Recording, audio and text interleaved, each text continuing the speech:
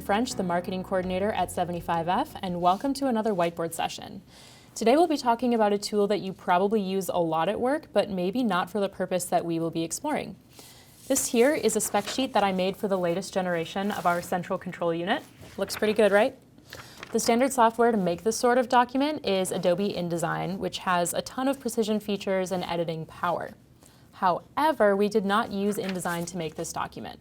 We actually used PowerPoint, and I'm going to walk you through the reasons why PowerPoint is a nimble tool for organizations looking to make their design process simple from start to finish. All right, first let's open up a blank PowerPoint document. So this is most likely the view that you're most familiar with, that standard horizontal presentation view.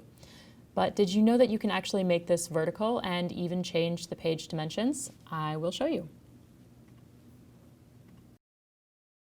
Hit page setup. We want to select letter paper so that we can print this out later. Change the orientation to vertical. Hit OK. Hit scale up or down. And voila.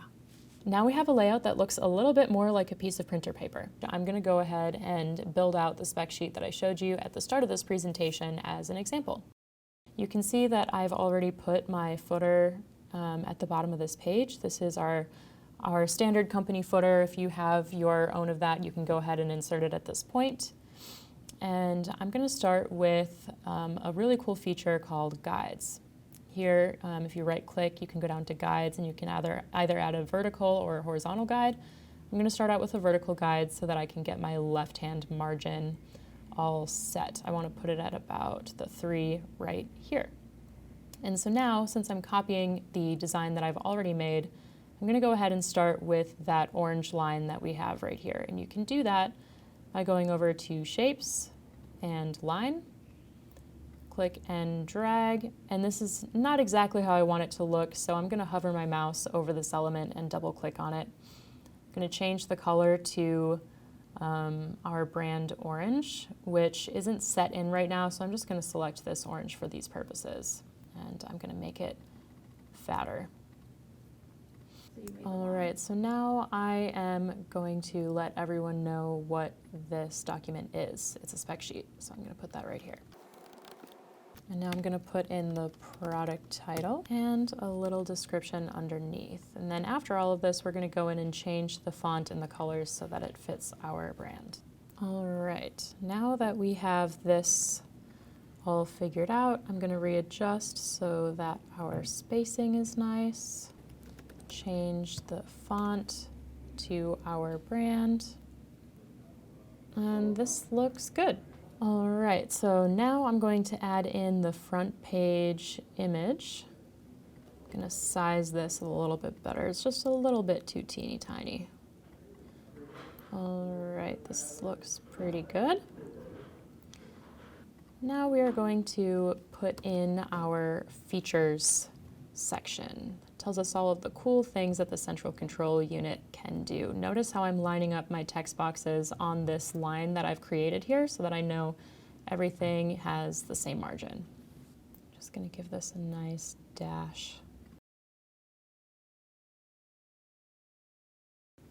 All right, and one handy way to make sure that your image is the same distance between both of these sections is to grab a shape and line it up with, sometimes this is going to snap and that'll be kind of annoying, so you can let go of it and use your keyboard instead to just inch it up to exactly where you want it to be. So I know that this image here is going to be the same between the two because of this handy box that I've made. Be really picky about it. There we go. Now I know it is exactly equidistant. And so from here you'd go in and make sure that the coloring of your bullets and your font sizes and colors are all the way that your brand calls for it to be. But for the sake of this exercise, I'm going to move on to the next page and show you what our second page setup would look like. At the top of this page, we have a color box, which you can very easily create with our Shapes tool. You want to shape fill, choose whatever color you want. I think this gray is a little bit too dark, so I'm going to lighten it up a bit. Looks great. I'm also going to remove that border. So on our second page, we have a similar version to this. So I'm just going to copy it and paste it here and change up the text.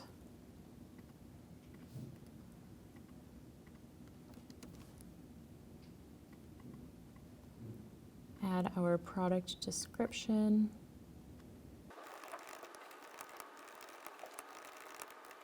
Okay, so now that I have this text laid down, I'm going to insert another image, which our pictures already have the background removed.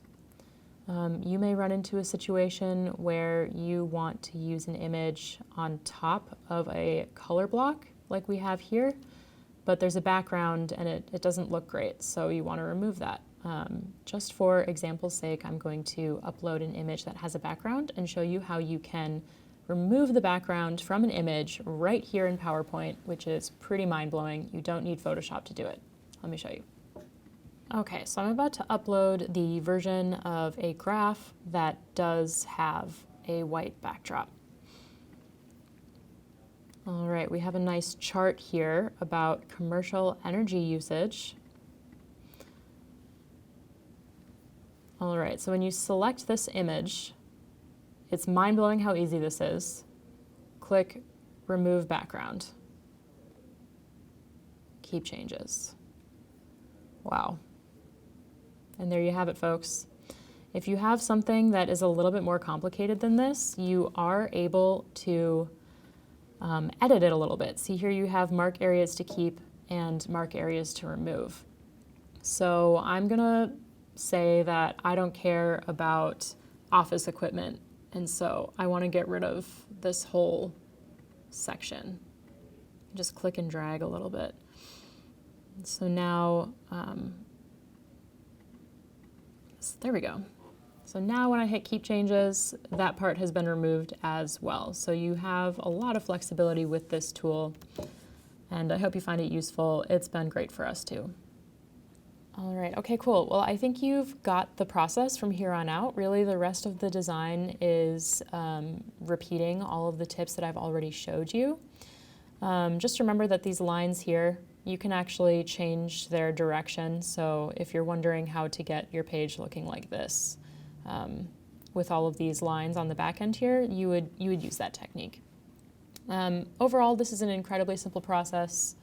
And when you're done, all you have to do is hit File, Export. It should pop up as PDF right away, and hit the Export button. This is an incredibly simple process because anyone can access and edit this document without needing an Adobe CC subscription, which is just extra money. You also don't need an intensive knowledge of design tools to use PowerPoint, a software you've likely already used a lot. So that's it. I hope you found it useful, and we'll see you next time.